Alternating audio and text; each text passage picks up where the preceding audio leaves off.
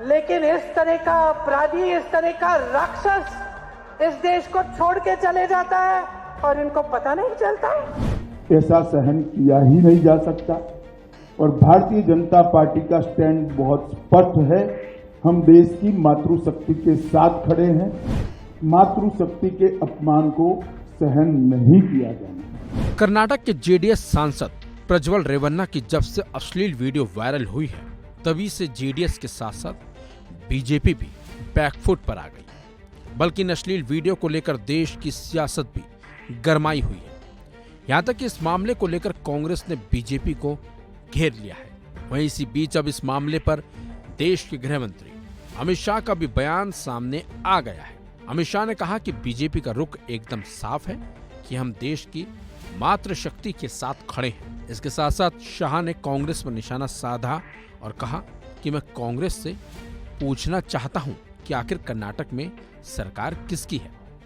अमित शाह ने प्रियंका पर निशाना साधते हुए कहा कि मैं प्रियंका गांधी से कहना चाहता हूं कि हमारी सरकार से सवाल पूछने के बजाय वे कर्नाटक के सीएम और डिप्टी सीएम से सवाल पूछें। आइए आपको सुनाते हैं किस तरह से प्रज्वल रेवन्ना पर अपना मत अमित शाह ने साफ किया और किस तरह से अमित शाह ने प्रियंका गांधी के साथ साथ कांग्रेस को भी घेर लिया।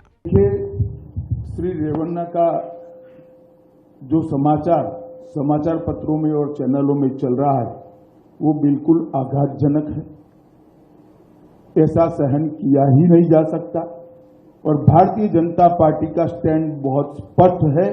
हम देश की मातृशक्ति के साथ खड़े हैं, देश की नारी शक्ति के साथ खड़े हैं।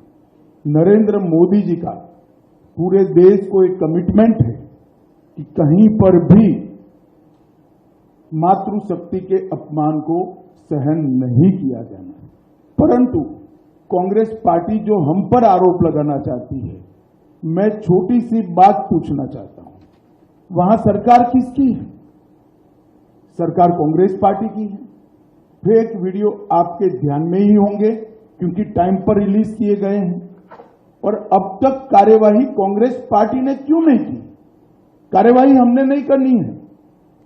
ये लॉ एंड ऑर्डर का इश्यू स्टेट का इश्यू है। प्रियंका जी हमसे सवाल पूछ रही है, मैं प्रियंका जी को कहना चाहता हूं, नरेंद्र मोदी जी और मुझसे सवाल पूछने की जगह आपके मुख्यमंत्री उप मुख्यमंत्री को सवाल करिए कि आपकी सरकार क्या कर रही है, क्यों जांच नहीं हो रही है। हम जांच के पक्ष में है और हमारे साथी दल जेडीएस ने भी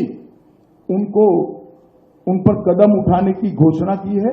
वहीं अमित शाह ने फेक वीडियो के मामले का जिक्र करते हुए कहा कि कांग्रेस की हताशा इस स्तर तक पहुंच गई है कि उन्होंने मेरे और कई अन्य बीजेपी नेताओं की फर्जी वीडियो बनाकर सबके बीच में सार्वजनिक कर दिए। लेकिन प्रज्वल रेवन्ना के मामले पर पहली बार बोलते हुए गृह मंत्री ने साफ कर दिया है कि आरोपी कोई भी हो उसके खिलाफ सख्त कार्रवाई की जाएगी। और तो और अमित शाह ने कांग्रेस पर भी सवाल खड़े कर दिए हैं कि जब सरकार आपकी है तो आपने कार्रवाई क्यों नहीं की। फिलहाल अब देखना होगा कि अमित शाह के इन आरोपों के बाद कांग्रेस की ओर से क्या और कैसा बयान आता है। इस खबर में बस इतना ही। अपडेट्स के लिए बने रहिए वन इंडिया हिंदी के साथ।